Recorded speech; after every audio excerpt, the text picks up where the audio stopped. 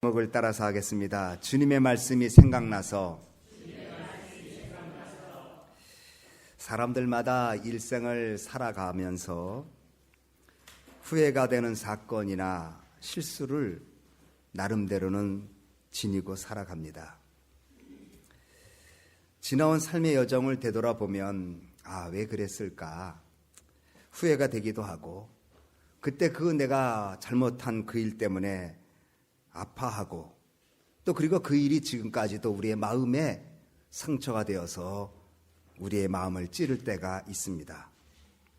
특별히 사람들이 지나온 삶의 모습을 보면서 무엇이 가장 안타까웠느냐고 물어보면, 다른 사람들의 기대치에 부응하지 못했을 때, 실망시켰을 때 가장 마음이 아프다고 말한다고 합니다. 저 개인적으로 볼 때도 부모님이나 또 아니면 친지들이나 또 우리 성도님들 기대에 부응하지 못하는 모습들을 보여줄 때 그것이 가슴을 아프게 할 경우가 많습니다. 종종 우리는 그렇게 말합니다. 그때 어머님 살아계실 때 내가 좀 더 잘해드릴 걸, 그때 아버님이 그렇게 말씀하셨으면 그 말씀대로 내가 했다면 이렇게 되지는 않았을 텐데, 이런 안타까운 후회의 모습들을 되돌아보면서 그렇게 우리는 말하곤 합니다. 사람들은 자신의 부족함과 잘못 때문에 가족이나 친지나 스승과 동료들을 실망시킨 일이 자기의 자책감과 동시에 자괴감이 들어서 마음의 상처로 마음에 걸리게 되게 됩니다. 오늘 본문은 베드로에게 있어서 가장 마음 아픈 사건입니다.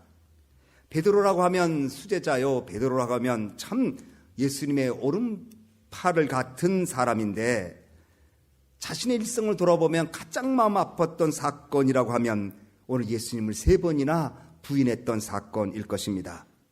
자신을 믿어주어서 이름도 바꿔줬던 게바라고 하지 마라, 너는 이제 반석이라고 그렇게 불러주셨던 주님을 실망시키고, 모든 제자들의 가운데서 가장 서열을 첫 번째 세우시고 제자들 중에서도 가장 사랑해 주었던 그 베드로, 사랑받았던 베드로가 예수님을 실망시켰던, 그리고 동료 제자들을 실망시킨 모습이 본문의 모습입니다.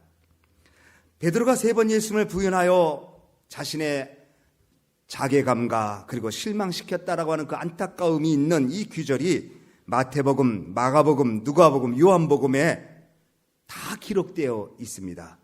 공간복음, 마태, 마가, 누가, 그리고 요한복음에까지 모두 기록될 만큼 베드로의 아픈 상처가 담겨 있습니다. 차라리 감춰주면 좋을 텐데, 차라리 숨겨주면 좋을 텐데, 성경은 여지없이 베드로의 안타까운 실패와 실수를 그대로 보여주고 있습니다. 아마도 그 이유는 베드로의 사건을 통해서 모든 크리스찬들이 신앙적 교훈을 받으라고 하는 의미일 것입니다. 이 말은 역설적으로 우리가 주님을 따르는 우리 성도들도 베드로도 넘어졌거늘, 베드로도 실수했거늘, 우리들도 우리의 연약함 때문에 쓰러질 수 있는 가능성을 내포하고 있는 존재인 것을 깨닫고 주의하고 조심히 신앙생활하라는 권면의 말씀이 본문의 말씀이라고 생각합니다. 예수님의 수제자였던 베드로, 인간적 연약함을 보여주었습니다. 베드로, 누구보다도 예수님의 사랑을 감당했던 그 사람이 3번이나 부인했다, 그리고 저주하며 예수님을 부인했다는 사실은 우리 모든 사람들에게, 베드로도 그랬거늘 우리도 우리의 삶 속에 알게 모르게 연약함 때문에 넘어질 수 있다는 사실을 경고하고 있습니다. 그러나 성경은 실수의 모습만을 보여주지 않습니다. 어떤 사람은 실수로 끝난 사람이 있고 실패로 무너진 사람이 있지만, 어떤 사람은 실수와 실패를 극복하고 다시 한번 새롭게 회복된 모습을 보여주는 변화의 모습을 보여주고 있습니다. 베드로가 그랬습니다. 예수님의 기대를 저버린 신앙적 실패였음에도 불구하고 다시 한번 새롭게 회복될 수 있었던 것은 바로 그가 생각할 줄 아는 사람이었기 때문에 그렇습니다. 정신의학자 톰 해리스라는 사람은 인간은 본래적으로 변화를 원치 않는다고 합니다. 천성적으로 변화되는 것을 두려워하고 어떤 변화가 오는 것을 거부하는 것이 본래 우리들의 마음이라고 합니다. 그런데 바뀔 때가 있다는 것입니다. 저 사람은 절대 안 돼, 돌멩이 같아, 차돌 같아 하는 사람이 바뀔 때가 있다는 것입니다. 첫째, 상황이 너무 괴로울 때 바뀐답니다. 자기 힘으로는 아무것도 할 수 없을 때 차돌 같은 사람도 바뀌고, 두 번째, 미래가 전혀 보이지 않을 때 바뀌고, 세 번째, 실수든 성공이든 사건 때문에 깊이 깨닫게 되는 계기가 되면 그 사람은 바뀐다는 것입니다. 사람들은 변화를 싫어하지만 내 원래 모습대로 살고 싶어하고 이게 내 모습이야 이렇게 얘기하고 싶지만, 상황이 괴로워지고 소망이 전혀 없어지고 성공이든 실패든 자기에게 다가오는 그 엄청난 임팩트가 있을 때 사람은 바뀌게 된다. 그렇게 탐 해리스라는 의사 선생님이 말했습니다. 아마 베드로도 그랬습니다. 자신의 엄청난 실수와 3번 부인하는 부인됨의 모습 속에 주저앉은 것이 아니라 다시 변화의 길을 찾아 나선 사람이 바로 베드로였습니다. 그럼 먼저 베드로의 실수와 베드로의 회복됨의 모습을 보고자 합니다. 베드로의 실수는, 베드로의 넘어짐은 말씀드린 잘 아는 대로 자신감 때문입니다. 사람들은 두 가지가 반드시 있어야 됩니다. 자긍심이 있어야 됩니다. 그러나 그 자긍심이 지나치면 자신만만한 교만함이 되기 때문에 좋은 자긍심을 키워야 되지 자신만만함을 키워서는 안 됩니다. 자긍심이란 자신의 자신됨, 자신의 정체성을 알고 자신을 인정하고 자신을 수용할 줄 아는 것, 이것이 자긍심입니다. 자긍심이 약하면 자신감이 사라집니다. 자긍심이 약하면 매사에 다른 사람과 비교하게 되고 자기의 초라함, 자괴감 속에 살게 됩니다. 그러나 자긍심이 너무 크면 이것이 역설적으로 교만함으로 다가와서 그것 또한 자신을 무너뜨린 일이 됩니다. 자신만만함과 자긍심이 있는 것은 다릅니다. 자신만만함은 다른 사람과 비교하여 비교 우위에 있고자 하는 마음, 즉 자신감이 넘치는 교만함이 가지고 있는 마음의 자세입니다. 우리가 잘 아는데 베드로는 주님 사랑받았고 신앙 고백에 칭찬받았지만 그는 자신감 때문에 무너집니다. 자긍심이 아니라 신앙적인 자신만만함. 예수님 마가복음 14장 27절에 예수께서 너희가 다 나를 버리리라 이렇게 말하니까 마가복음 14장 29절에 베드로가 다 버릴지라도 나는 그렇지 않겠습니다. 또 14장 30절에 이 밤 닭이 2번 울기 전에 내가 3번 나를 부인하리라. 베드로가 힘있게 말하되 내가 주와 함께 죽을지언정 주를 부인하지 않겠나이다. 죽는다는 말 쉽게 하는 사람 잘 넘어집니다. 죽어도 안 해! 그러면 그거 쉬운 것 같지만, 그만큼 결단을 보여주는 것 같지만 그거 쉬운 얘기 아니죠. 베드로, 나 죽어도 예수님 부인하지 않아요. 자기 생명을 걸고 부인 안 한다고 그랬어요. 예수님의 말씀을 자기 생명과 견주면서 예수님 말씀을 부정합니다. 예수님은 너 3번 부인한다 말씀했으면 예수님 말씀이시니까 그렇군요 이렇게 얘기해야 되는데, 나 죽을지언정 예수님 부인하지 않아. 예수님 말이 틀리다는 거죠. 힘있게라는 말은 말씀이 끝나자마자 무섭게라는 뜻입니다. 예수님 너 3번 부인하겠다 하는 말이 끝나자마자 죽을지언정 나 예수님 부인하지 않겠습니다. 다른 사람 몰라도 나는 안 그렇습니다. 오늘 본문 31절 32절 보면 시몬아 시몬아 보라 사단이 밀가부로 타여 너를 청구하였으나 그러나 내가 너를 위하여 내 믿음이 떨어지지 않기를 기도하였으니 너는 돌이킨 후에 내 형제를 굳게 하라. 예수님 분명히 조심하라고 그랬어요. 너 시험 당할 수 있으니까, 어려울 수 있으니까 조심하라. 예수님 조심하라고 말하면 그 말씀 당연한 거 아니겠어요? 예수님보다 나를 더 잘 아는 사람은 어디 있어요? 나도 나를 잘 알지만 예수님은 나를 나보다도 더 잘 아는 분이에요. 어디서 넘어질지, 어디서 실수할지 알고 계시기에 예수님 조심하라고 말씀하는데 자기 목숨 걸고 얘기합니다. 나 죽을지언정 절대 부인하지 않아요. 예수님이 조심하라고 하면 새겨들어야 되는데 자기 생명 얘기하면서 예수님 말씀을 거절합니다. 모든 사람이 다 부인해도 나는 부인하지 않습니다. 죽어도 안 합니다. 여러분, 우리는 베드로 같지는 않지만 우리 마음에도 그런 마음이 들 때가 있습니다. 성경 말씀 읽다 보면, 설교를 듣다 보면, 권면의 말씀 듣다 보면 겸손하라고 하면 마음속에 묘한 반발심이 생깁니다. 아니 내가 교만한 데가 어디 있어. 이렇게 사는데 나보다 겸손한 사람 있으면 나와보라 그래. 나보다 착한 사람 더 있어? 이렇게 묘한 반발심이 생깁니다. 기도하라 그러면 나만큼 기도하라 그래 목사님. 내가 이 바쁜 와중에 기도하는데 충성하라고 하면 먹고 살기도 급급합니다. 무슨 충성입니까? 이 상황에 이만큼 하면 잘 된 것 아닙니까? 하나님의 말씀이 외쳐지는데 묘한 반발심이 우리에겐 있습니다. 베드로에게도 있었고 우리 자신에게도 있습니다.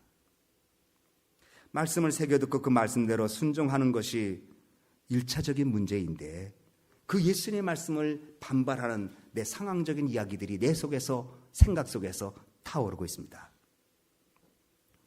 여러분 모든 하나님의 말씀은 1차적으로 나에게 적용해야 합니다. 다 나한테 주신 말씀입니다. 베드로가 그렇게 들었어야 합니다. 또 33절에 이렇게 말합니다. 주여 내가 주와 함께 오게도 죽는데도 가기를 준비하였나이다. 준비했다고 그래요. 자기는 주님을 위해서 다 준비된 사람이다. 예수님 너 지금 준비되어 있지 않아. 너 조심해야 돼. 그렇게 얘기하시는데 주님 나 준비된 사람입니다. 주님 오게 가면 오게 가고 죽으시는 데 가면 죽겠습니다. 이 정도면 대단한 믿음이죠. 그러나 그것이 믿음일까요? 다른 사람의 비교 우위로 자신감의 표출이었습니다. 그는 넘어졌습니다. 우리는 하나님의 말씀을 들으면 내 삶의 무게중심을 낮춰야 합니다. 그리고 주님이 이렇게 말씀하시면 그 말씀을 내 상황과 관계없이 따라야 합니다. 이게 순종입니다. 주님이 말씀하시면 나는 상황을 들이댑니다. 주님 말씀하시면 내 형편을 얘기합니다. 그러니 그것이 내게 닿지 않지요. 그러니 그 말씀이 내 삶 속에 역사가 되지 않는 것입니다. 두 번째 베드로의 실수는 기도를 하지 않았어요. 예수님이 베드로, 야고보, 요한 데리고 겟세마네 동산에서 기도했어요. 그리고 기도 좀 해라. 예수님 이쪽에서 기도하셔요. 그런데 마가복음 14장 37절 38절에 보면 이제 예수님이 기도하시고 와보니 다 자고 있는데 특별히 예수님은 베드로를 지적해서 얘기했어요. 돌아와서 제자들의 자는 것을 보시고 베드로에게 말씀하시되 시몬아 자느냐 내가 1시 동안도 깨어 있을 수 없더냐 시험에 들지 않게 깨어 기도하라. 베드로, 야고보, 요한이 자고 있었어요. 근데 예수님은 베드로만을 지적했어요. 베드로, 야고보, 요한 시험 들지 않게 깨어 기도하라 이렇게 하셨으면 될 텐데 자고 있는 세 사람 중에 자고 있는 베드로를 가리켜서 너 왜 기도 안 해? 시험 들 수 있어. 깨어 있어. 주님 말씀하셨습니다.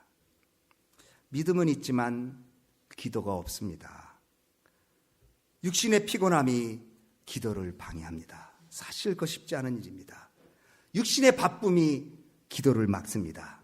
그러나 기도는 무엇보다도 우선돼야 됩니다. 만약에 베드로가 내가 지금 이 순간 기도했다면 시험을 넘겼으리라 생각을 알았다면 기도만이 생명이라고 느꼈다면 그는 아무리 졸려도 기도했을 것입니다. 그런데 그는 심각하게 생각지 않았습니다. 기도를 대체할 수 있는 거 없습니다. 기도는 기도로만 채워야 합니다. 내가 기도하지 않으면 나는 실패할 수 있습니다. 누가복음 22장 45절을 보면 기도 후에 일어나 제자들에게 가서 슬픔이 나요 잠든 것을 보시고 이르시되 어찌하여 자느냐 시험에 들지 않게 일어나 기도하라 하시니라. 육신의 피곤도 우리를 기도를 방해하지만 감정이 우리의 기도를 방해합니다. 여기 베드로는 슬픔 때문에 기도 안 했다고 그랬는데 여러분 감정이 우리 앞서면 기도 안 됩니다. 감정이 내 안에 슬픔 감정이든 화가 나는 감정이든 억울한 감정이든 이 감정이 내 속에 자리 잡으면 기도 떠오르지 않습니다. 그러니까 기도를 방해하는 것은 육신의 피곤함, 바쁨도 있지만 감정적인 처리가 안 되면 기도 안 됩니다. 다른 생각만 계속 떠오릅니다. 자기 연민, 자기 비하, 자기 슬픔, 이 모든 것들이 기도를 막아버립니다. 나중에 기도의 능력을 깨달은 베드로가 이렇게 말했어요. 베드로전서 4장 7절에 만물의 마지막이 가까웠으니 그러므로 너희는 정신을 차리고 근신하여 기도하라. 한번 넘어지고 나니까 기도가 이게 중요하구나. 예수님 그때 말씀하셨을 때 기도를 했어야 되는데 그래서 본인이 그 후에 변화된 다음에 베드로 전서를 쓸 때에 분명히 말하기를 정신 차리고 근신하고 기도하라. 여러분, 우리가 살면서 기도 많이 듣는 말이지만 기도로 준비해야 합니다. 세 번째, 아까 말씀드린 대로 분노가 그를 넘어지게 합니다. 분노.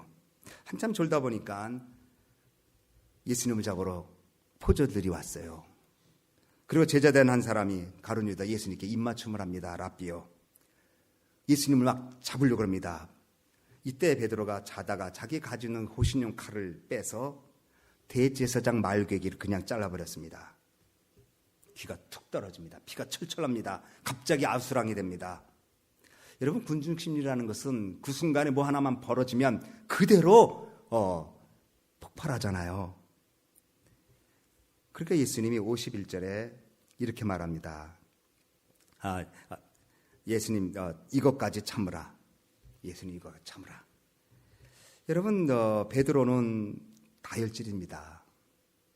아마 제자들 중에서 가장 그랬을 것입니다. 우리 모두 다혈질입니다. 특별히 대한민국 남자치고 다혈질하는 사람 어디 있어요?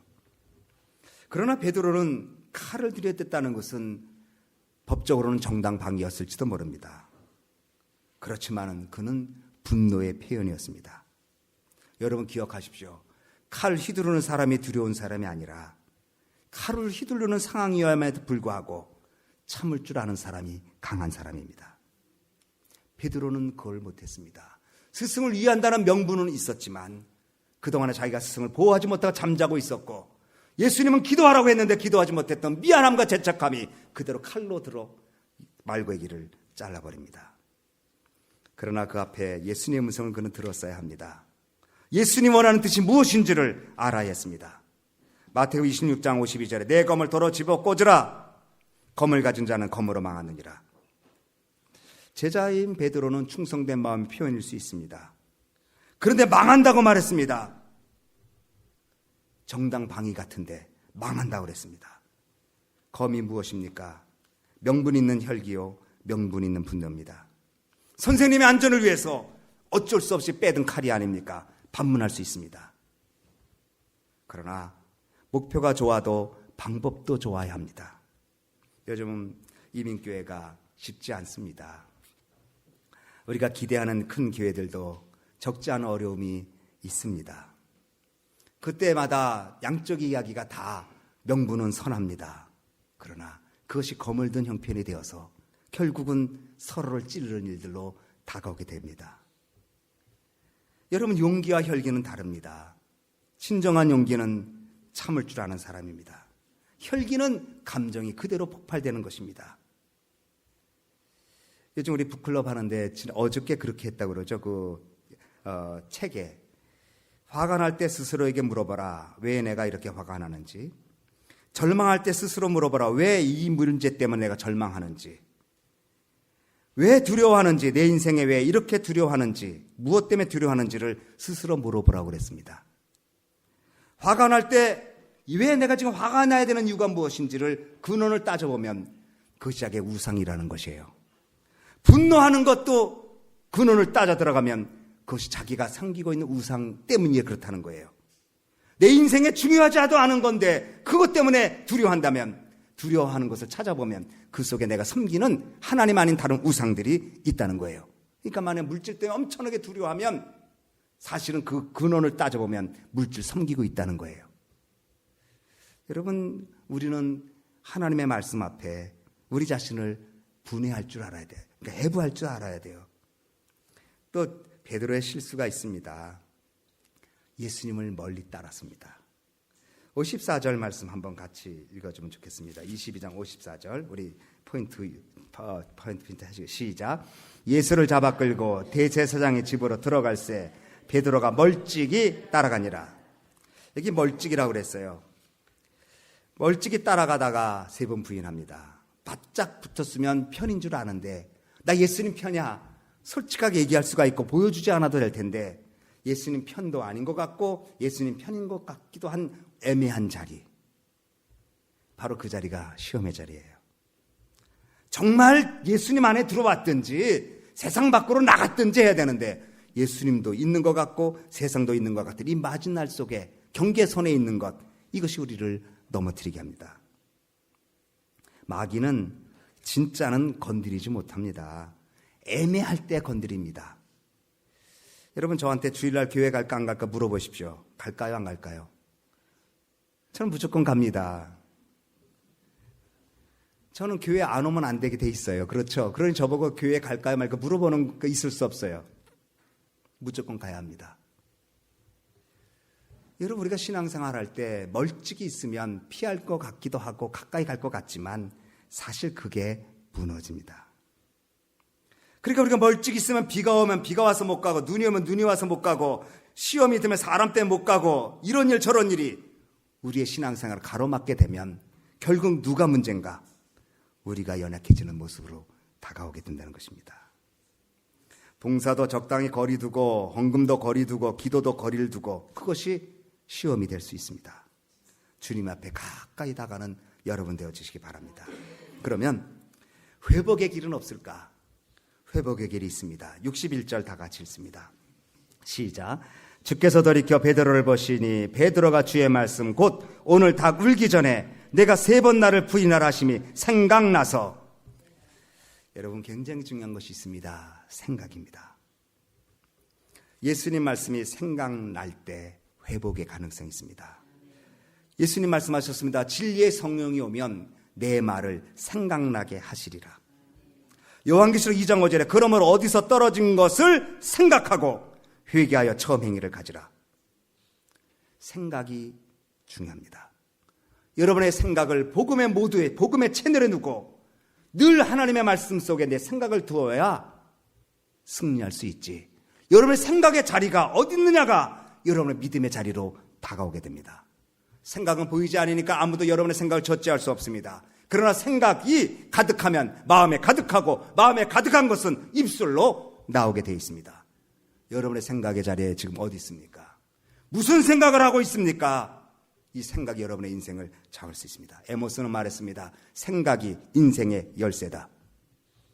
우리의 생각이 왜 중요한가? 우리는 거듭난 사람이기 때문에 우리 생각이 중요합니다. 우리의 생각이 예수 그리스도의 보혈로 우리의 심령과 또 우리 영혼과 정신이 온전히 구원받은 사람이기 때문에 우리의 생각이 그리스도의 생각으로 나가야 그 생각 속에 하나님의 역사가 다가오게 된다는 것을 우리는 알아야 합니다. 하루도 수없이 많이 지쳐가는 생각을 한번 분석해 보십시오. 하루 일과를 한번 써보십시오. 내가 오늘 아침이나 저녁에 잘 때까지 어떤 생각이 가장 많았나? 그 생각이 여러분의 가치관입니다. 그 생각이 여러분의 길을 좌우합니다. 그 생각이 여러분의 성공과 실패를 결정질 수 있습니다. 그래서 마음에 가득한 것이 생각이 가득한 것이 마음으로 표출되고 마음에 가득한 것이 입술로 나오게 되고 인격이 되고 결국 그 사람의 삶을 좌우합니다. 성경은 생각의 중요성을 거듭거듭 강조합니다. 공중나는 새를 봐라. 생각하여 보라. 하나님이 다 먹이셨다. 들풀 봐라. 솔로몬의 영광도 이만큼 아름답지 않다. 생각해봐라. 너희를 생각해봐라. 너희를 파는 구덩이를 생각해봐라. 아브라함과 사라가 혈혈단신이었을 때 하나님이 복을 주셔서 창대게 된 것을 생각해봐라. 성경은 생각해보라는 말이 얼마나 많은지 모릅니다. 여러분의 생각이 지금 어디 있습니까? 주님 말씀을 생각하고 있습니까? 아니면 주님 말씀과 관계없는 것을 생각하면서 거듭난 사람인데 하나님의 백성임에도 불구하고 살아가고 있습니까? 생각이 중요합니다. 그래서 골로새서에 우리의 생각을 예수께 복종시켜라. 예수님께 내 생각을 복종시켜야 돼. 어떻게 생각을 복종시킬까요? 내 생각을 복음의 채널로 맞춰야 됩니다. 여기에 하나님 역사가 일어나게 되는 것입니다. 베드로가 산 길은 주님 말씀이 생각이 났습니다. 내가 다구를 때 3번 나를 부인하리라. 그 말씀이 생각났습니다. 그 말씀대로 자기는 부인했거든요. 넘어졌거든요. 아, 주님, 내가 사는 길은 어디 있습니까? 그때 주님께서 내가 너를 위하여 기도했으니 내가 돌이킨 후에 내 형제를 굳게 하라. 그 말씀이 또 생각납니다. 아, 내가 회개하면 하나님 나를 새롭게 굳게 세워주시는구나. 그를 하나님이 새롭게 붙들어 주셨습니다. 사랑하는 귀한 성도님들, 생각이 좌우합니다. 내가 어떤 생각을 품고 일주일 사느냐를 여러분 생각해 보십시오. 그러나 베드로는 그 바로 주님 말씀 생각나서 회개하고 돌이켜서 주의 백성을 굳게 한 주의 백성이 되었다는 사실을 기억하시기 바랍니다. 그래서 저도 생각을 주님의 말씀으로 담으려고 애를 씁니다. 그러나 내 힘으로 안 되니 성령님 도와주셔서 내 마음과 생각이 온전하게 하시고 거룩하게 하시고 주의 뜻을 이룰 수 있도록 도와달라고 기도하여 주 앞에 승리할 여러분 되어지기를 주님의 이름으로 축원합니다. 기도하겠습니다. 우리 한번 나같이 통성으로 우리 기도할 때에 여러분 실패를 생각하지 마십시오. 지나온 안타까움을 생각하지 마시고 돌이켜 내 형제를 굳게 하라.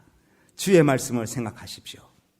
주님 우리를 새롭게 하시고 도우시는 사실을 기억하고 이 시간에 주님 내 분노 때문에 내 감정 처리 때문에 내가 기도 많이 하지 아니하고 적당한 거리를 두며 신앙생활했은 나의 모습 때문에 하나님 앞에 부족한 모습을 보였다만 이제 돌이켜서 주님의 굳게 붙잡고 나갈 수 있도록 내 생각과 마음을 부장하시고 주를 따라가게 해달라고 다 같이 통성으로 기도하겠습니다.